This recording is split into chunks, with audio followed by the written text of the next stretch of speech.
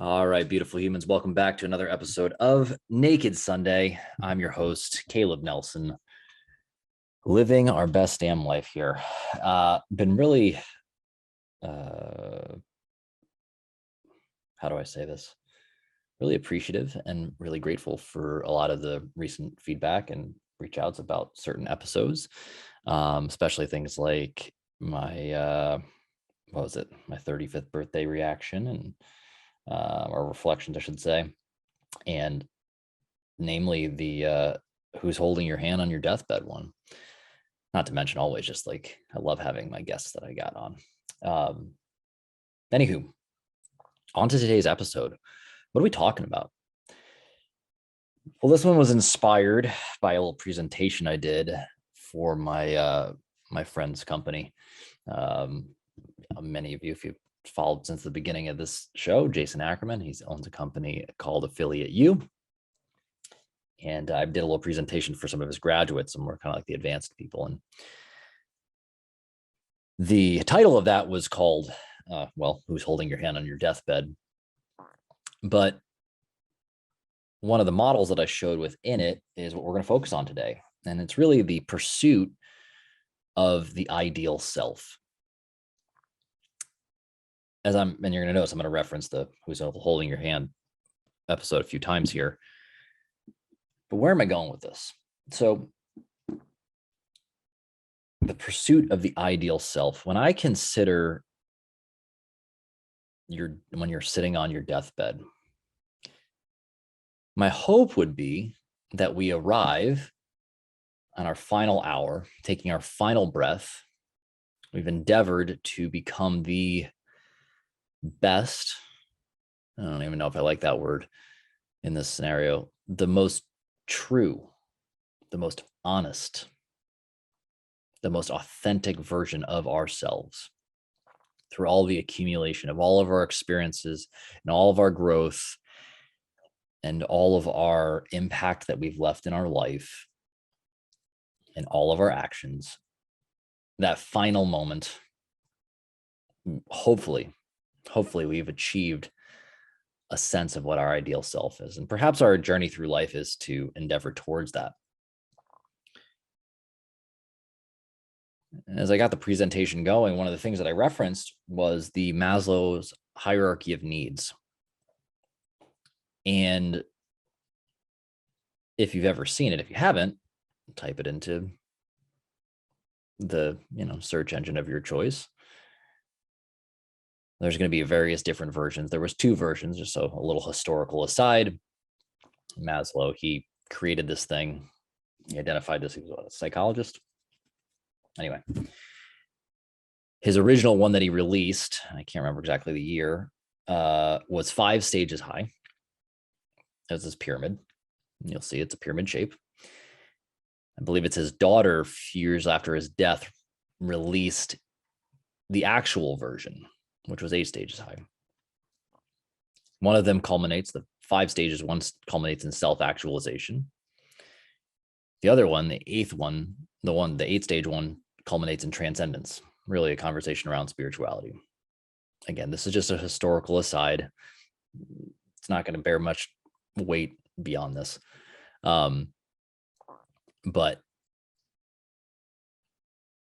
he didn't release it, the second one, no, the true version, because for fear of, at the time, broaching spirituality in the, we'll call it the clinical sense or the scientific world, was seen as taboo. And he was worried that the work was going to be rejected and things of that nature. Anyway, this concept, transcendence, I think of that as perhaps arriving at our purpose, perhaps arriving at that, whatever it is our ideal self is, an understanding and acceptance of who we truly are, with all the excess, all the walls and barriers and armor that we strap on as we go through this life. Perhaps we finally find ourselves naked and true. Ironically, a lot of this clearly is coming back to the themes of naked, and hence Naked Sunday. And hopefully you're gathering that This notion of becoming naked, sitting naked with yourself, is more an exploration of oneself. It's not about sitting physically naked, though that is part of it, because your physical being is it's a great journal for all the actions that we've been taking. And if you look closely enough, you're going to see the signs and symptoms of unrest or dis-ease or success as well. So this lends itself to a quote, and it's from a book that I just downloaded. Let me double check on what the name of the book was, but I heard it originally from a life coach named Kane Ramsey that he referenced it. There's a book called How People Grow. It's by Henry Cloud and John Townsend. Anyway, the quote, it's even into the aside, is all growth is spiritual growth. I'll repeat that again. All growth is spiritual growth. However you want to apply that, whether you're agnostic, atheist, or you follow a different religious discipline, or you're just whatever we call it, spiritual, whatever your individual connection to something bigger than yourself is. And if we think about that, I find that to be truly a prudent reflection, because the stages you'll see things like just basic survival, things like learning how to not die, i.e., get enough food, get enough shelter, stay out from the cold. You go on to next things like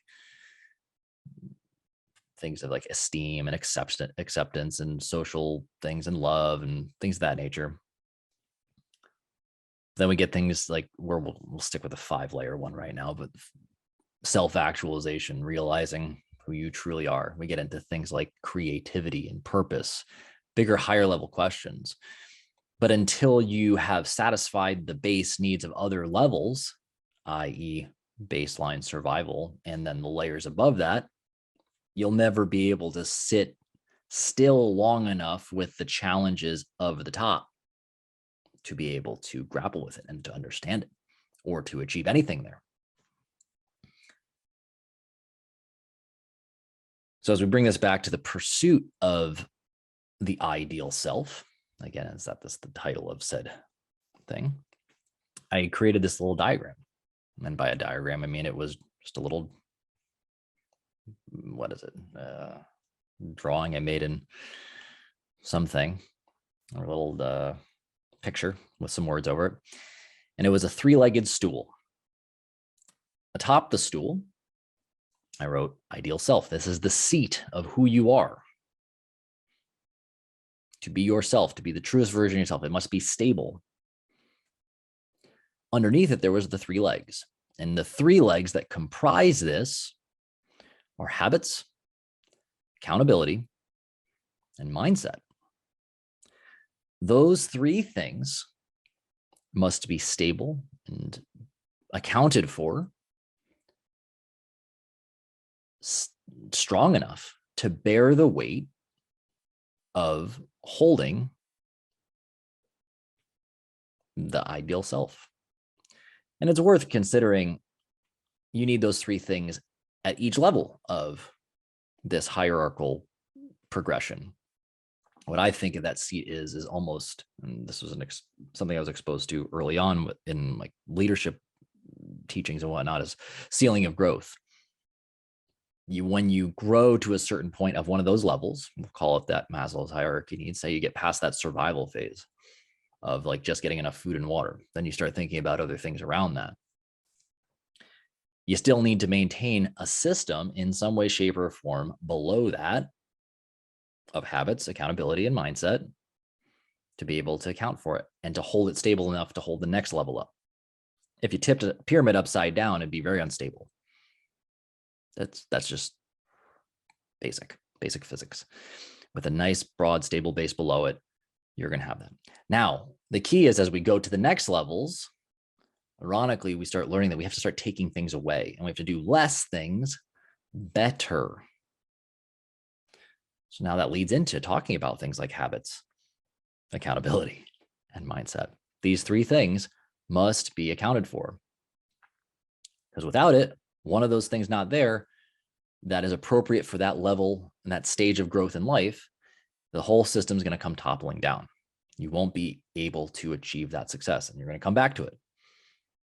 So for anybody who's never patient enough with anything in life and tries to rush the process on anything, that's the reason why you're failing. This goes in relationships, it goes in everything. So let's go into that. Let's go to these three different things under habits. Let's talk about habits. What does habits look like? Habits come in three basic categories.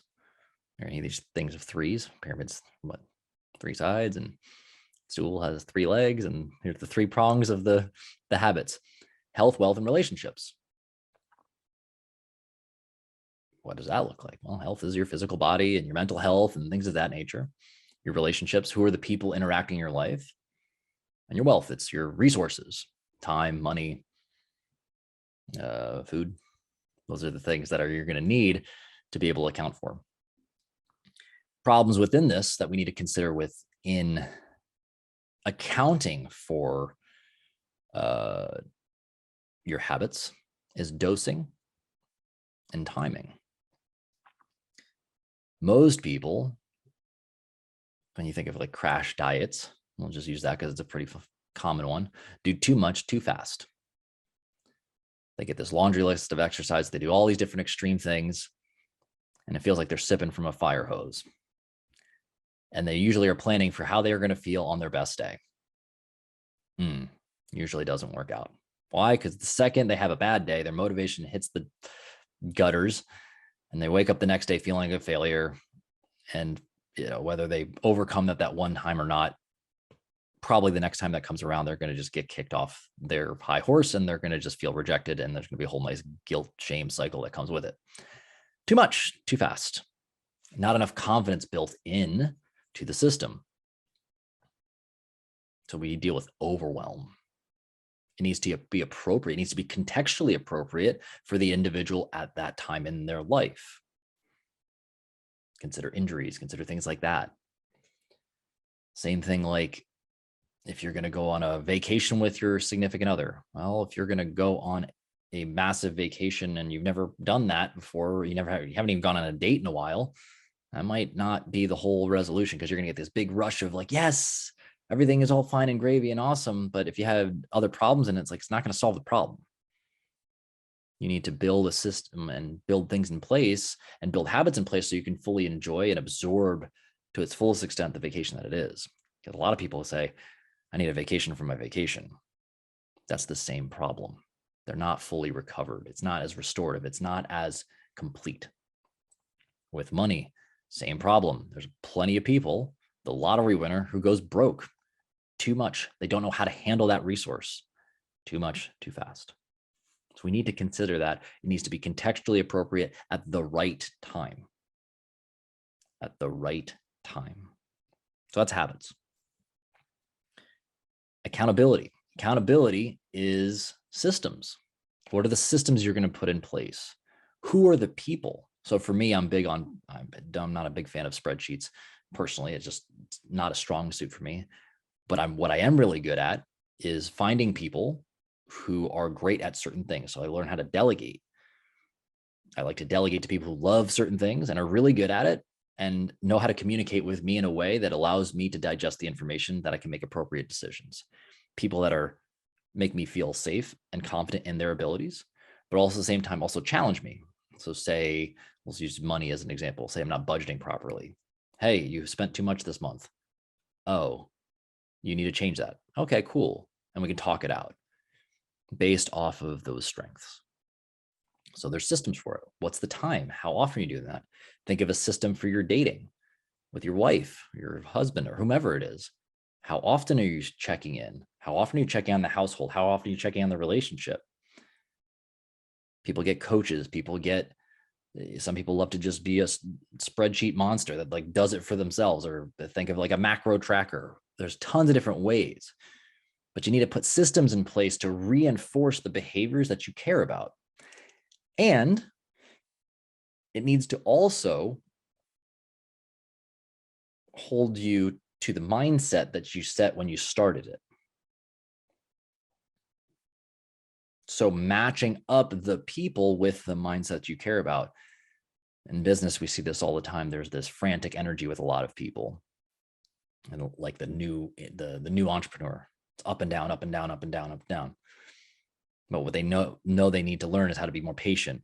Well, go to somebody who's going to facilitate a more calm, steady, consistent, patient demeanor. They're going to remind you of those things. Those are things that are important. And then we get to mindset. There's going to be things as you grow through life.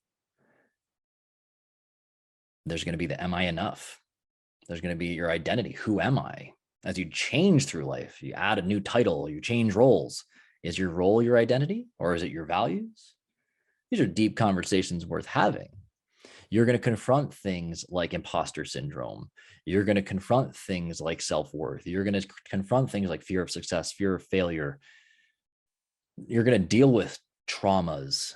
You're going to have to learn how to forgive, how to accept, how to delegate, how to ask for help.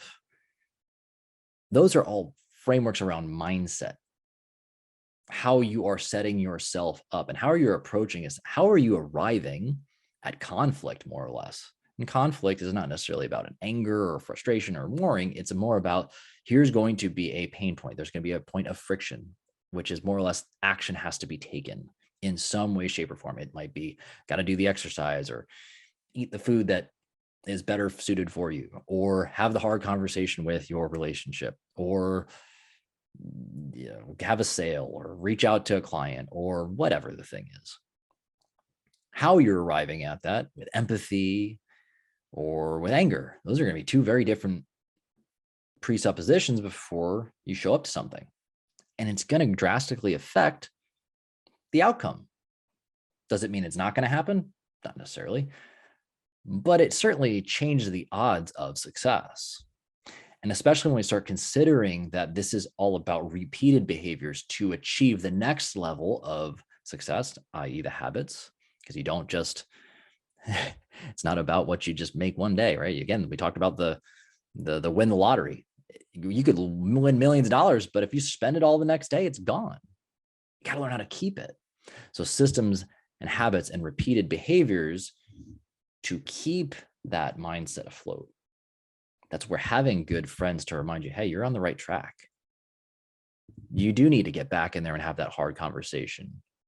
Hey, it sounds like you're messing up things with your wife. Get back on track. You value that love and that relationship. Get tight on that. Or are able to zoom out and help you with those things. It's about being able to accomplish the task amidst the cloud. So these are the things worth considering today as we're pursuing this. And I know this is a shorter episode today, which is fine. But I want you to consider as you're climbing this ladder through life, as you are endeavoring to become the best version of yourself, wherever you are on that journey, go check out Maslow's hierarchy of needs. Then I want you to think about those three things that I brought to the table today. One, where are you at in your life? Cool. How are you going to apply habits? And what's the mindset you need to take? Is this a moment in life where you need to learn how to do less, create more time, do less better? By that means, you need to learn how to ask for help, to delegate. Are you changing from survival to thriving? What things do you need to let go of? And then how do you need to set up accountability? How is it best suited for you? Do you know your tendencies? Are you somebody who needs to bring in new resources? Do you need to invest in something? Are you buying more time back by bringing in a coach or hiring a staff member or whatever it is, outsourcing to some other agency or to whatever it is? It doesn't matter what it is. It's knowing who and what you need to keep yourself on track. Because much like the stock market, it goes up and down, but over time, it's going to have trends. The systems you put in place are going to affect how you react when there is the little tickle up and down on that trend in the microcosm. In the macrocosm of all of it, when you zoom out on the whole picture and you see the graph going, is it always still trending up over the past 3 months, over the past year, over the past 3 years, 5 years? What direction are you going? And what are the systems you have in place for those 3 different categories of habits based off the goals you need? Your health, your wealth, and your relationships. How do they need to adapt for where you are in your life?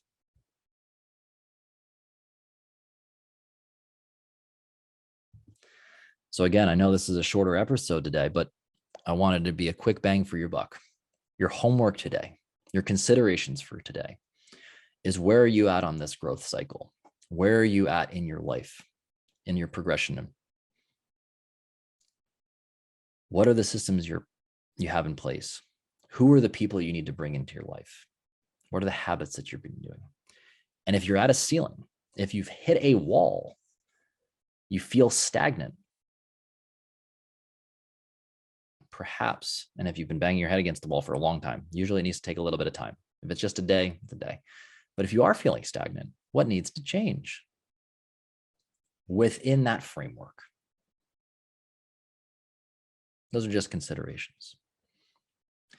I hope this finds you in love and happiness and peace. And I hope it finds you in a place ready to grow as a human being, willing to be honest with yourself, to take a look in the mirror, the good old naked Sunday habit. And I'll allude to that more often now, and I'll probably go back and address it again. But sit with yourself. Look at the human in the mirror. Be honest with yourself, because then you'll be capable of making the appropriate decision on what needs to change based off the phase of life that you are in. Aside from that, my friends, I hope you found some value in this quick one today. I love you dearly. And until next time, I want you to remember, love everybody.